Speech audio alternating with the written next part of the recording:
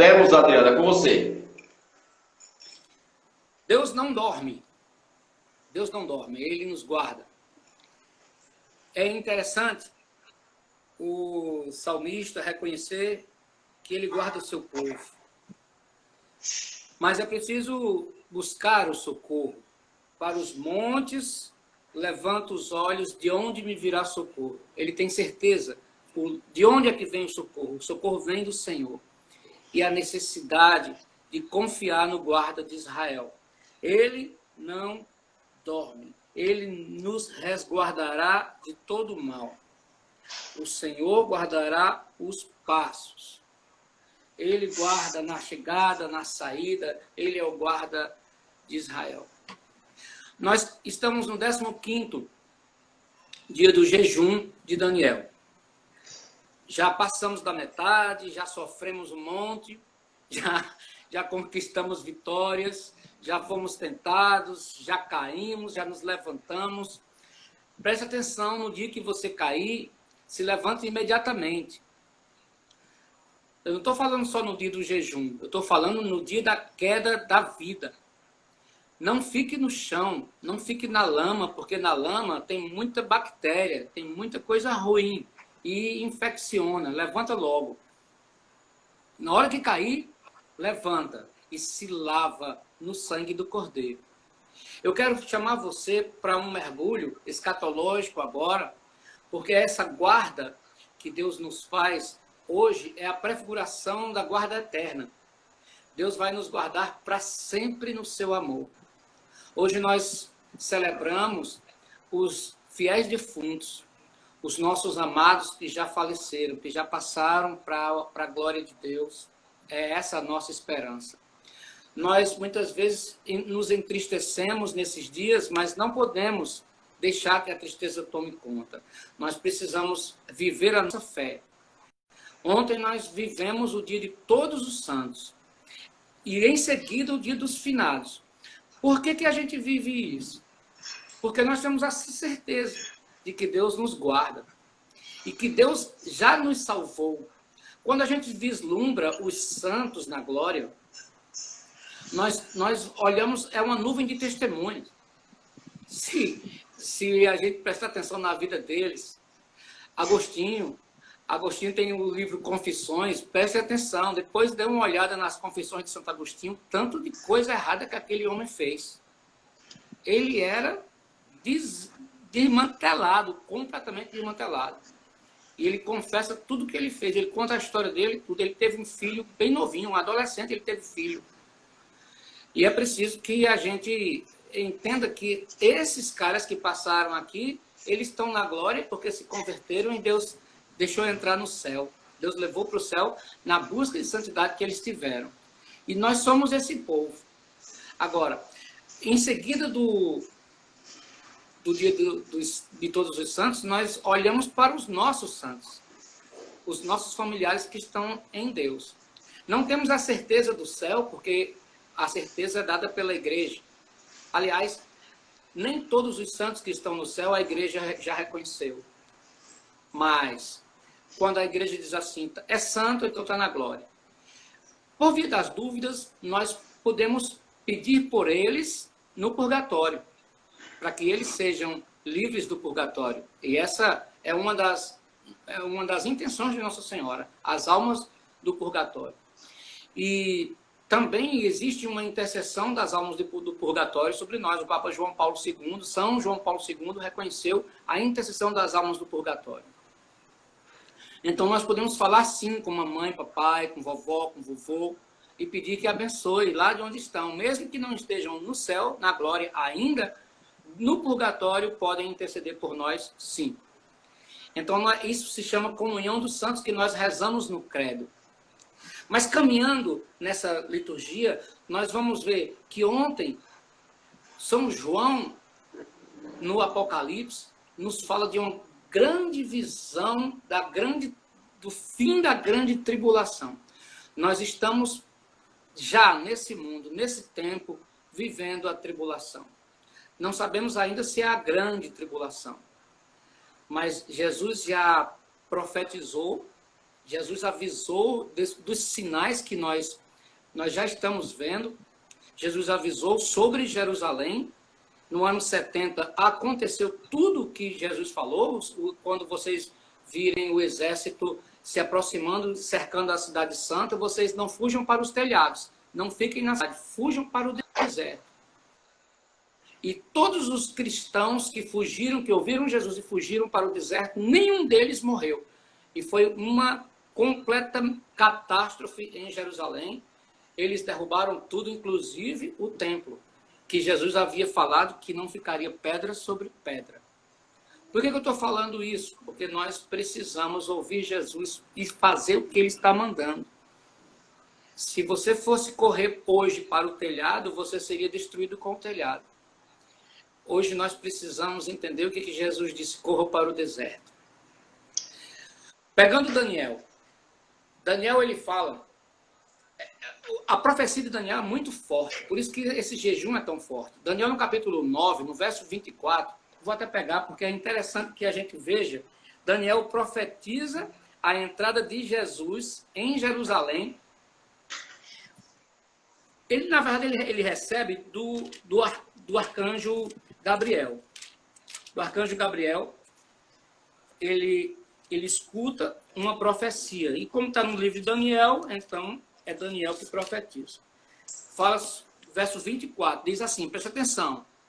70 semanas foram fixadas a teu povo e a tua cidade santa, para dar fim aos pecados, a prevaricação, selar os pecados e expiar a iniquidade, para instaurar uma justiça eterna, encerrar a visão e a profecia, e ungir o santo dos santos. 70 semanas. Quando Daniel profetizou isso, ele estava no reinado de Ciro da Pérsia. São 70 semanas. Você vê, uma semana hebraica são 7 anos.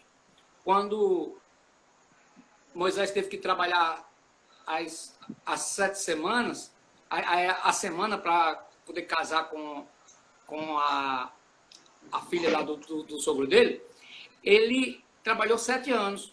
Uma semana são 7 anos. Uma semana hebraica são 7 anos.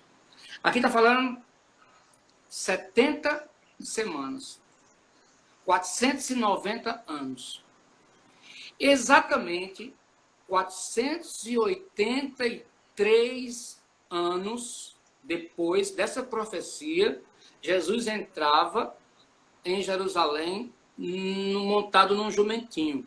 Por favor, preste atenção o que pode acontecer quando a gente não recebe o Rei da Glória. Faltando uma semana, ou seja, 7 anos, para se completar 490 anos da profecia, que era 490 anos, e também que foi profetizado por Zacarias, o rei vai entrar montado no jumentinho. Jerusalém não recebeu Jesus. Não aceitou Jesus. Jesus chorou sobre Jerusalém. Jesus disse: "Ó Jerusalém, Jerusalém, que matas os profetas, que apedrejas os profetas. Quantas vezes eu quis te reunir como uma galinha reúne seus pintinhos debaixo da asa. Quantas vezes eu quis te proteger, esse guarda de Israel." Jesus disse: eu queria te proteger. Não adianta.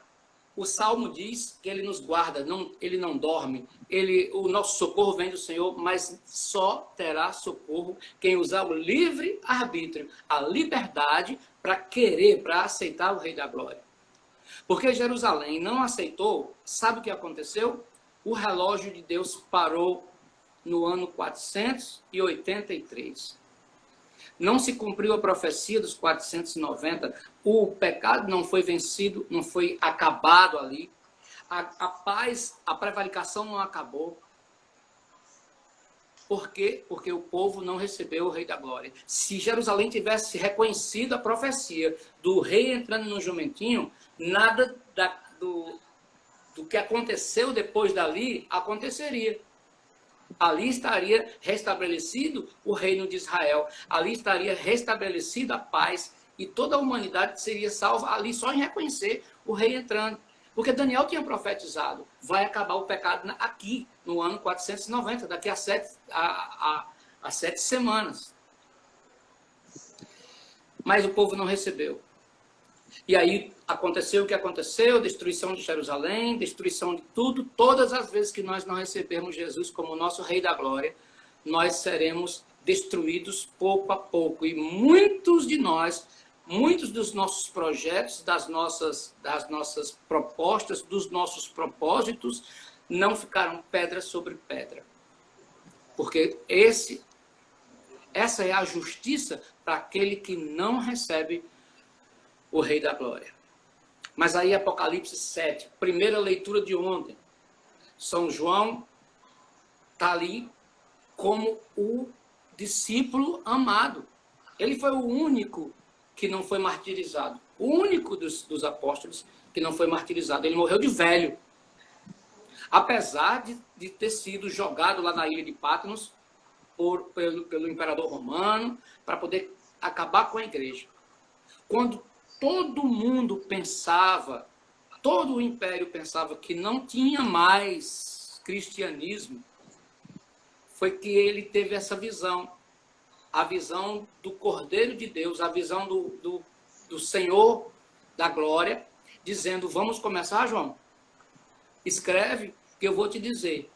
Escreve que eu vou te dizer o que vai começar agora. A nossa igreja começa agora. Escreve as 7 igrejas. E aí João começou a escrever para as 7 igrejas. Só que nessa visão da leitura de ontem, eu fiquei olhando assim e imaginando como nós precisamos viver esse Apocalipse sem medo. Hoje, nesse jejum de Daniel, nesse 15º dia, nós precisamos entender o chamado de Deus para olhar para a escatologia, olhar para o final dos tempos e de cabeça erguida. Porque quando Jesus disse em Mateus 24 os sinais que iriam acontecer e as bagaceiras que estavam preparadas para acontecer no mundo, ele disse, mas vocês não fiquem tristes, levantem as cabeças. Levantem as vossas cabeças. Vocês que creem em mim, levantem as cabeças. O que João viu? Ele viu o cordeiro, o leão, o cordeiro. Do leão sai a espada que destrói o inferno. Da boca do leão sai a espada que destrói o inferno. O cordeiro de Deus é aquele que é sacrificado, é onde derrama o sangue. E tinha uma multidão de 144 mil. 144 mil os eleitos, os salvos. Por isso que foi essa leitura sai no dia de todos os santos. Porque ali são os santos. E eles estavam de vestes brancas. Então preste atenção que você precisa fazer o que eu preciso fazer agora. Quando nós somos batizados, nós recebemos, papai e mamãe levam a gente, o padrinho leva a gente, bota uma roupinha branca, né? Todo mundo vai de roupinha branca. Você já viu a criança sendo batizada? É roupinha branca. É a veste branca do Filho de Deus. Só que o que acontece com essa veste branca durante a nossa vida? Eu tenho 53 anos. Será que eu já manchei minha veste? Quantos anos você tem, Jean? 60 e quanto? Eita! Eu sou do dia desse, ó. Ah, Do tá dia desse. certo. Se Já você manchou olhar a para veste? trás, você vê o dia que eu nasci. Já manchou as suas vestes? Já. Já pecou? Pronto. Então, o que acontece? Quando o João tem aquela visão, ele vê os caras tudo vestidos de branco. E ele pergunta, quem são esses vestidos de branco? E a resposta é, são os sobreviventes da grande tribulação. São aqueles que alvejaram as suas vestes no sangue do Cordeiro. Meu irmão, minha irmã, nós fomos salvos. Nós precisamos caminhar e viver como salvos. Na liturgia de hoje, na segunda leitura, Paulo vai dizer que Deus nos amou enquanto ainda éramos pecadores. Aí você fica dizendo assim, mas eu não sou pecador? Pois é justamente isso. Deus não nos amou depois que exigiu de nós a santidade, não. Ele nos amou enquanto ainda éramos pecadores. Enquanto ainda éramos entregues ao pecado. Nós não tínhamos nem a chance de ter a salvação e Deus já nos amava. Nós estávamos completamente desviados do caminho e Deus já nos amava. Por isso que Paulo vem lembrar, olha, foram remidos, foram salvos pelo sangue de Jesus, é pelo sangue de Jesus. Essa noite, nós precisamos entregar todo o nosso propósito, o nosso jejum, as nossas quedas, as nossas fraquezas, as nossas limitações ao sangue de Jesus. E eu estava indo para a missa, acho que domingo, foi sábado, e na ida, Deus me deu uma revelação muito forte, eu coloquei até no meu Face, eu entendi assim, Deus falando do espinho na carne, do espinho na carne que Paulo reclamava tanto, e eu gosto muito dessa parte, porque quando ele chama Jesus e diz assim, ó, eu estou pregando, eu estou fazendo e acontecendo, e eu preciso que o Senhor me faça uma coisa. O que é, Paulo? Tira esse espinho na carne, que Satanás me colocou um anjo dele para me esbofetear a cara. Todos os dias. Aí Jesus diz, não, tiro não. Tiro não. E aí eu fico imaginando, Paulo apóstolo, total renúncia, total de Deus. Chega para Deus, pede uma coisa e ele diz, não. Conta só com a minha graça te basta. E eu fui andando e eu fui me lembrando que todos nós temos espinhos. Mas um espinho na carne que não mata. Só mata se infeccionar. Só mata se não for tratado. É como você ter uma farpazinha de madeira no seu dedo, e se você não cuidar, ela pode até gangrenar. E se der um problema, o corpo todo morrer por causa de uma farpa. Então, o que acontece o que aconteceu comigo na ida para a igreja? O meu espinho na carne, Deus disse, tem um tratamento. Tem um tratamento. O tratamento é você passar compressas de sangue do cordeiro, para que não infeccione. E comece a descobrir qual é o seu espinho na carne, qual é a sua fraqueza, qual é o seu pecado de estimação, qual é aquela coisa que você se envergonha. Porque tudo aquilo que te envergonhar hoje, Deus quer tirar no tempo certo para te honrar. E ainda que a tua vergonha aconteça, Deus vai estar te honrando sempre. Mesmo que você se envergonhe, Deus não se envergonha de você. O amor de Deus é maravilhoso. A fidelidade de Jesus Cristo conosco é profunda, é tremenda. Nós não podemos imaginar, porque nós temos uma mania de querer que Deus pense como nós pensamos. O amor de Deus, o pensamento de Deus a nosso respeito é misericórdia, é total, completo. É um amor apaixonado. É um Deus apaixonado que cuida de mim, que não dorme, a ponto de não dormir. Coloca essa imagem humana para uma pessoa que não dorme por sua causa. Não dorme para que você possa ter um sono tranquilo. Uma pessoa que não dorme para que você possa ter saúde. Uma pessoa que abre mão do seu descanso. É esse o amor de Deus. Então, não podemos nos deixar desanimar, fracassar. Não podemos nos deixar vencer pelas tentações. E se tiver queda de tentação, levanta e continua. Pede o bálsamo do sangue do cordeiro, passa ali, desinfecciona a área e continua. Nós precisamos dos sacramentos da confissão, nós precisamos do sacramento da Eucaristia, nós precisamos usar todas as armas. E vamos passar por todas as tribulações, sim. E pela grande tribulação. Tem gente que tem uma tribulação imensa, terrível.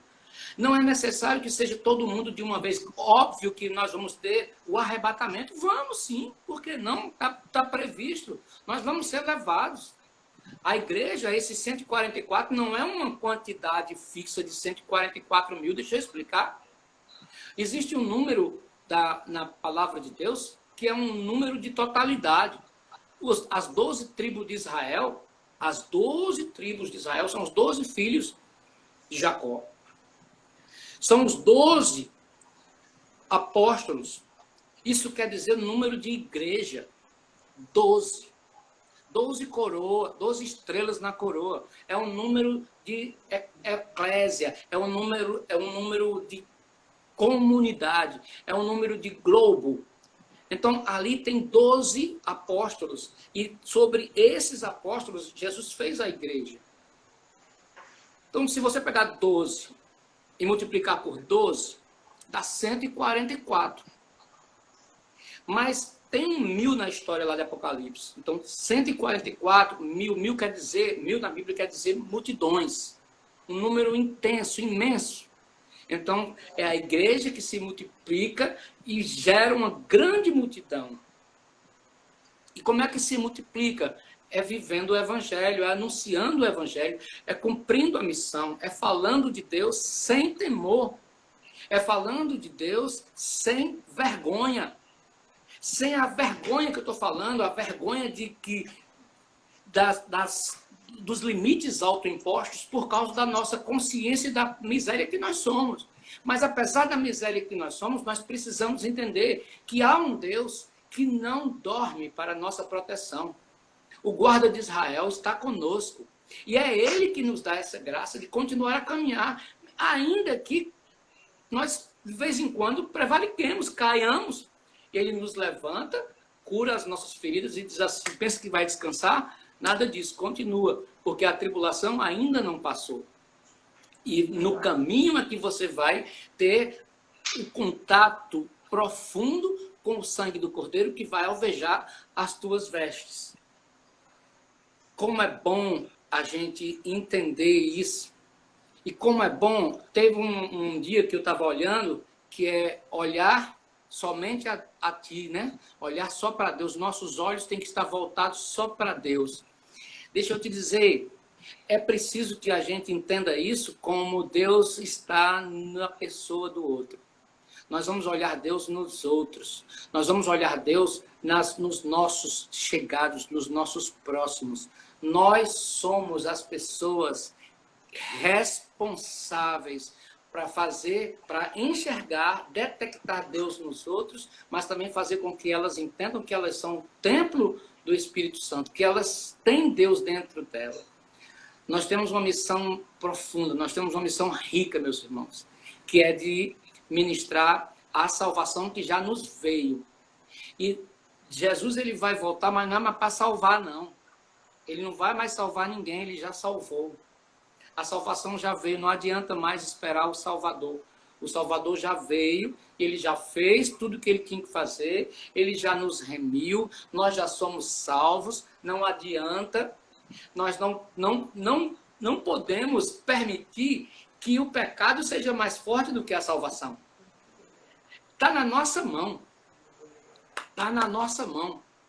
Se Deus nos arrancou do mal, nos arrancou da morte, se Deus venceu a morte com a sua morte, como é que nós vamos deixar que a morte vença?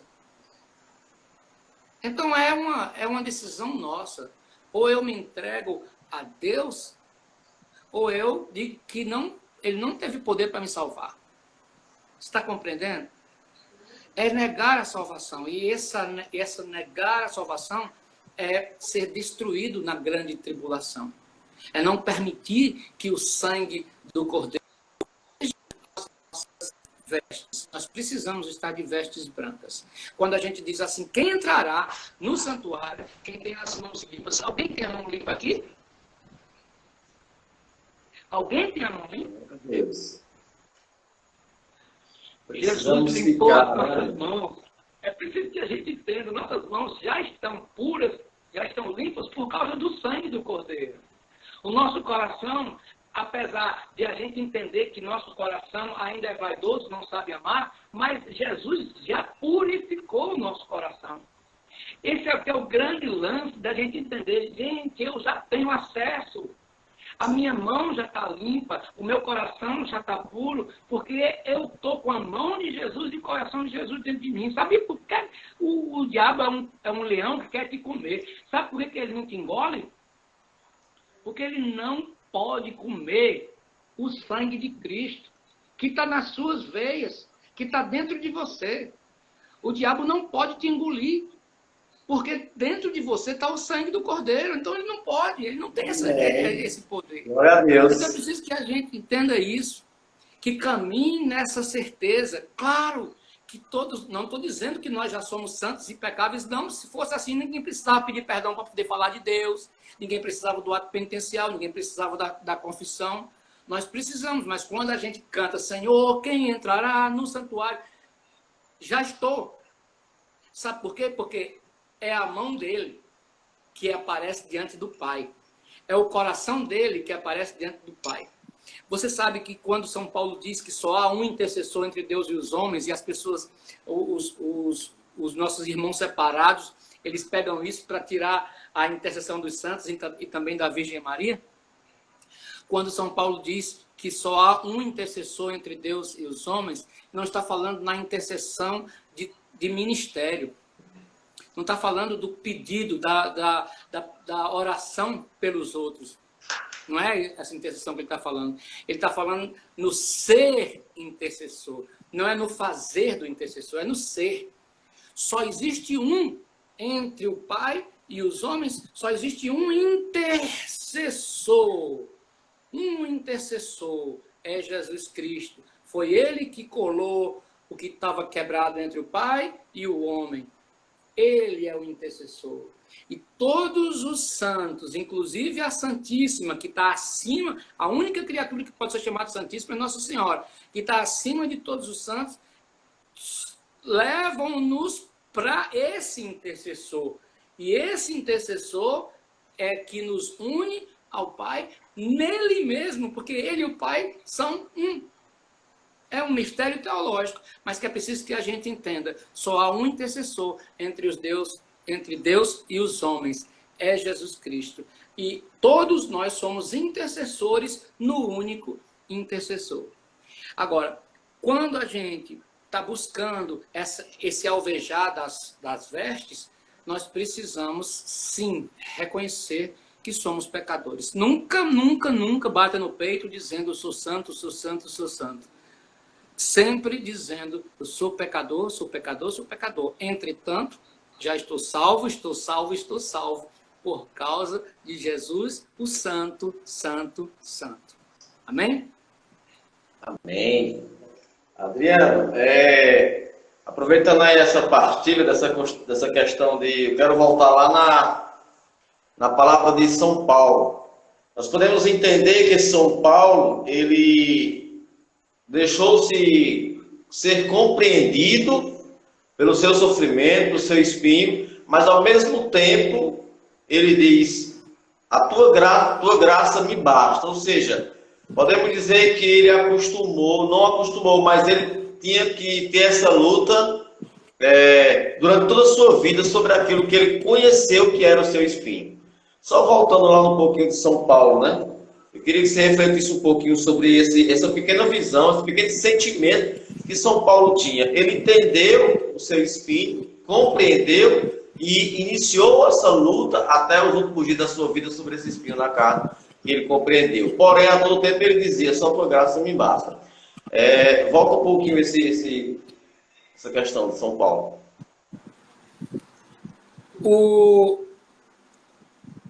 Muitas pessoas ficam especulando o que São Paulo estava falando sobre, na pessoa dele, o espinho na carne. Era uma limitação dele. Talvez tem uma linha teológica que diz que Paulo foi um dos assassinos de Cristo. Ele estava lá na crucificação, porque ele era um soldado romano, né? E depois ele saiu dali para matar, né? Porque quando as pessoas apedrejaram Estevão, ele estava lá com as roupas das pessoas que iam apedrejar, porque o costume era, os que iam apedrejar jogavam as suas roupas como um sinal de indignação. A nudez daquele momento era uma indignação contra aquele ato que o pecador tinha feito. Então eles deixaram as suas roupas aos pés de um jovem chamado Saulo. E toda essa vida de Saulo de matar a Jesus, talvez ele tenha sido um dos que chicotearam. Ele era um soldado romano. Então, toda aquela cena de opróbrios e tudo. E depois, um dos assassinos de Jesus procura para fazer o maior dos pregadores dele. E eu tenho uma linha teológica que fala que Paulo, ele só vivia se lembrando disso. Satanás chegava e dizia assim, mas você matou o Cristo. Mas você matou Estevão. Mas você matou um monte de gente. E todos os dias, Satanás tentava fazer com que ele não focasse na vida nova, que ficasse olhando para trás. Quando ele pede para que Deus tire isso, para que Jesus tire isso, Jesus diz, basta a minha graça. Então, concentre-se em invocar a minha graça. Serve para nós como?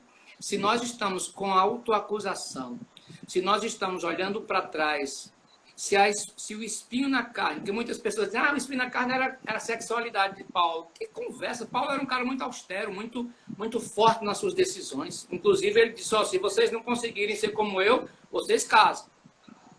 Se vocês não conseguirem viver a castidade como eu, casem. Para não se abrasar. Então, Paulo ele não tinha essa história. Não. Outros pegando, São Paulo era homossexual. Oh, meu Deus, que é isso? Então, Paulo era uma pessoa muito forte, muito determinada, e tinha um espinho na carne. A gente procura, mas o que poderia ser? Então, uma linha teológica lembra que é isso, que pode ser isso. E para nós, tem muitas pessoas que têm fraqueza na sexualidade, mas tem muitas que não, que a fraqueza é outra. Que a fraqueza é, talvez, a mesma coisa de São Paulo. Eu matei. Eu abortei. Eu usei álcool, atropelei uma pessoa. Eu prejudiquei alguém. Seja lá o que você fez, aquele que está em Cristo é uma nova criatura. Pronto. Agora é preciso que a gente aprenda que o suicídio, já falei isso, o suicídio não é simplesmente você se jogar de um prédio ou você botar uma corda no pescoço, você cortar os pulsos. O suicídio pode ser lentamente, todos os dias você se matar um pouquinho com esse, olhando para trás e deixando infeccionar esse espinho na carne.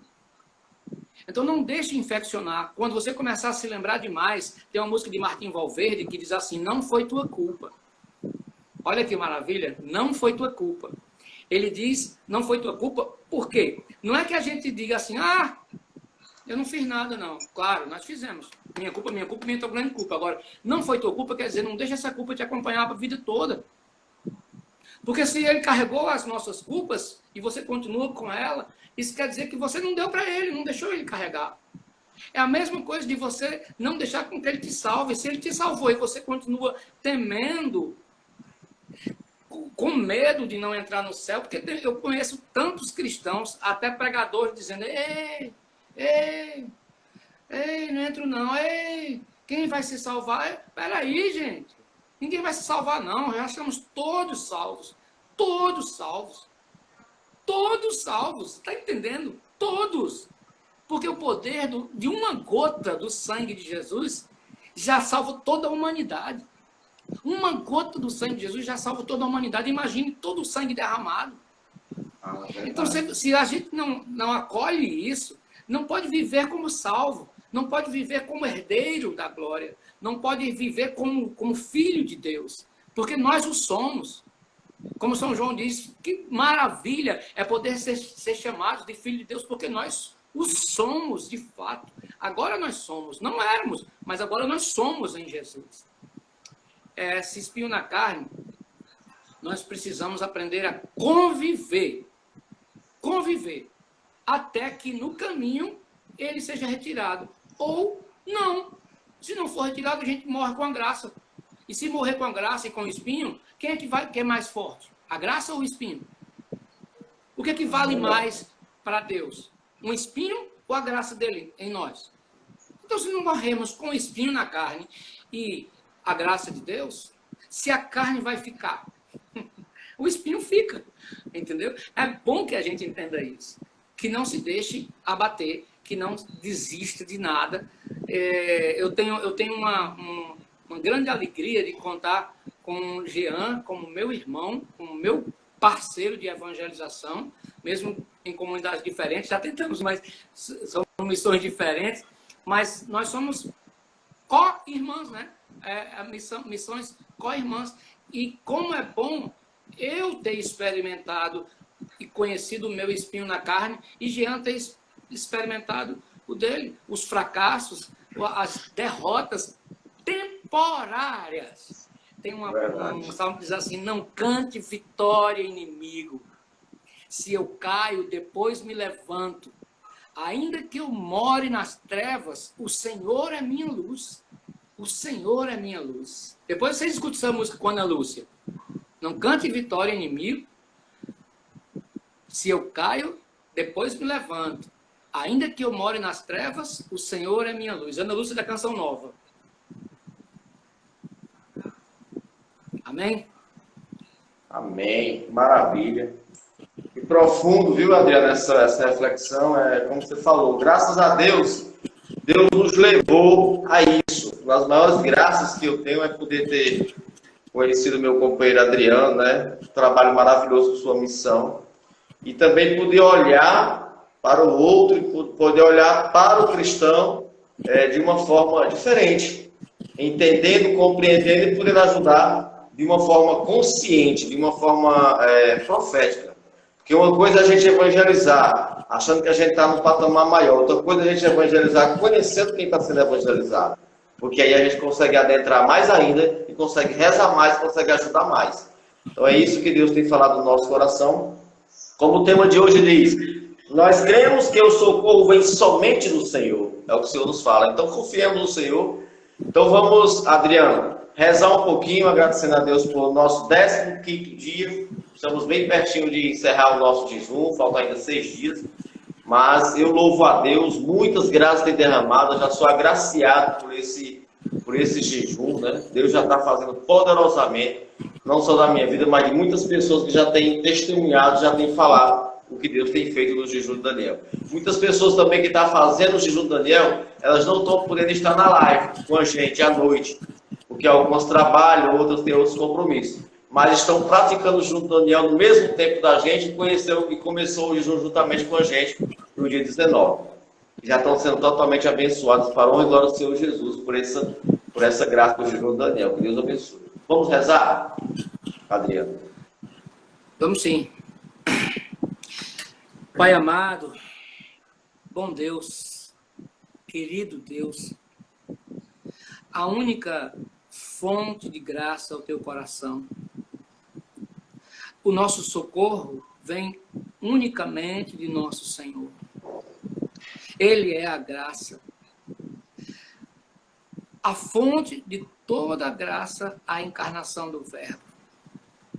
Em nós podemos entender que a Virgem Maria, cheia de graça, derrama a graça do Filho dela sobre nós. Todos os santos, quando pedimos as graças, vêm de Jesus o Senhor. Por isso é dele que nos vem o socorro. Quando pedimos socorro a um santo, nós estamos pedindo pelo santo, por intermédio do santo, que pega a graça de Nossa Senhora, que pega de Jesus. Nossa Senhora é medianeira de todas as graças. Mas nós reconhecemos aqui, Jesus, Senhor, nosso Deus, que o Senhor é a nossa luz, que o Senhor não dorme para nos guardar. E nós estamos aqui agradecendo a tua vigília sobre a nossa vida. Que maravilha, meu irmão. Existe um Deus apaixonado que vigia constantemente a nossa proteção, a nossa segurança. Dá para entender isso? Dá para sentir isso no coração agora? Pelo amor de Deus, abra o seu coração e sinta isso. Não tem o que temer. Por que ter medo? Por que duvidar? Tempestades não vão nos naufragar. Problemas não vão nos destruir. Nenhuma tribulação vai nos vencer. O pecado já foi vencido e nós todos vamos estar diante do trono e do Cordeiro, de vestes brancas, alvejadas pelo sangue do Cordeiro. Se deixe agora banhar pelo sangue de Jesus. Coloque agora o seu espinho na carne, o seu espinho da carne, sob o sangue de Jesus. Não peça que ele retire. Diga só, dá-me a graça de ser santo com esse espinho aqui. Dá-me a graça de ser santo com essa dificuldade. Dá-me a graça de ser santo com esse pecado, que eu caio sempre, mas luto contra ele e vencerei um dia. Dá-me a graça, Senhor, da santidade. O santo é aquele pecador que nunca desistiu. Repita isso. O santo é o pecador que não desiste. O santo é o pecador que não desistiu. O santo é o pecador que não desistiu. Eu sou um pecador que não desiste. Eu serei santo porque eu nunca vou desistir. Mas eu conto com a tua graça, Senhor. Que o sangue de Jesus elimine toda trava, que retire todo obstáculo que se coloca entre você, entre mim e a graça, entre mim e o milagre. Se eu clamar, se eu orar, as muralhas vão cair. E nós estamos confiantes nessa proteção e nessa vigília do nosso Senhor sobre nós. E clamando, nós estamos ordenando que caiam as muralhas. Muralhas do desemprego, muralhas da divisão, muralhas do alcoolismo, muralhas da tentativa de suicídio, muralhas que foram se levantando como paredes, como aqueles filmes que surgem, como aqueles videogames. Eu estou vendo agora paredes se levantando, mas o sangue do Cordeiro sendo arremessado e derrubando todas essas colunas, todas essas paredes que se levantam. É uma guerra espiritual. Levanta-se uma muralha, mas Deus se levanta e os seus inimigos tremem. E quando os inimigos de Deus veem a potência, o império, o poder do nosso Deus, eles tremem e fogem.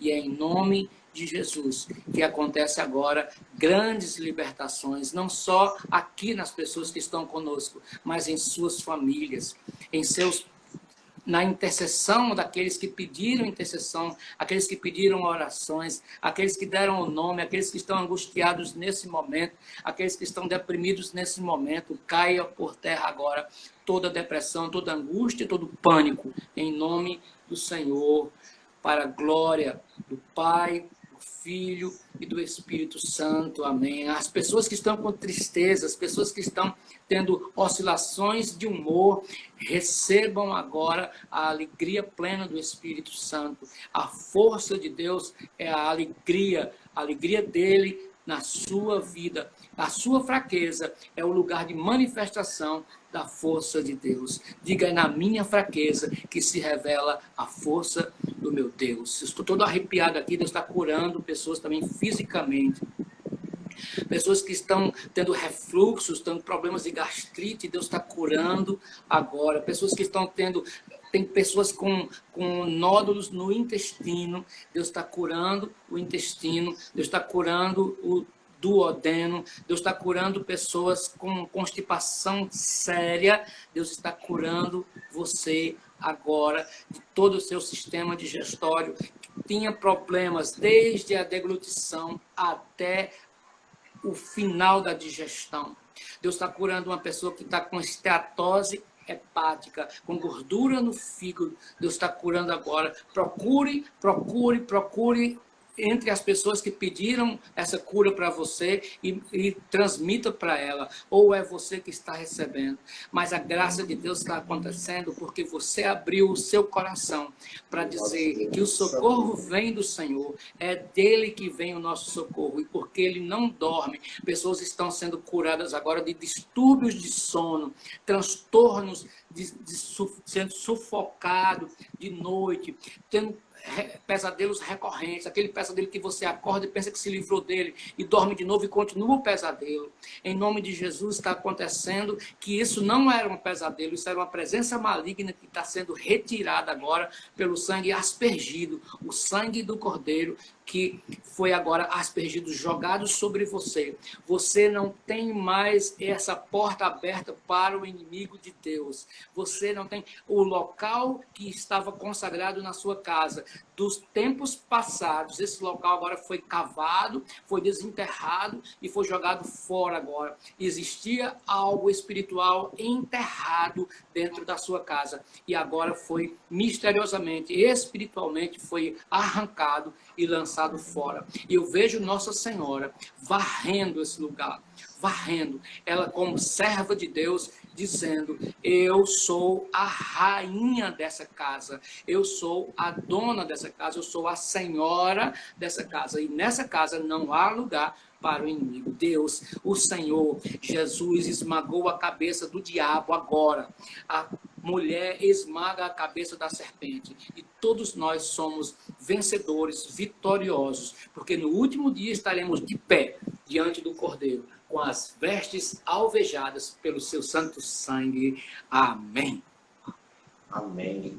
Glória a Deus, Jesus. Nós te louvamos, te bendizemos, Senhor, por tantas graças derramadas. Eu confirmo, Adriano, o Senhor me colocava e tinha uma visualização de muitas pessoas saindo da tristeza e ficando alegre nesse momento da live. Muitas pessoas que estão aqui, ficando felizes, sentindo essa alegria da alma, sentindo essa alegria do coração.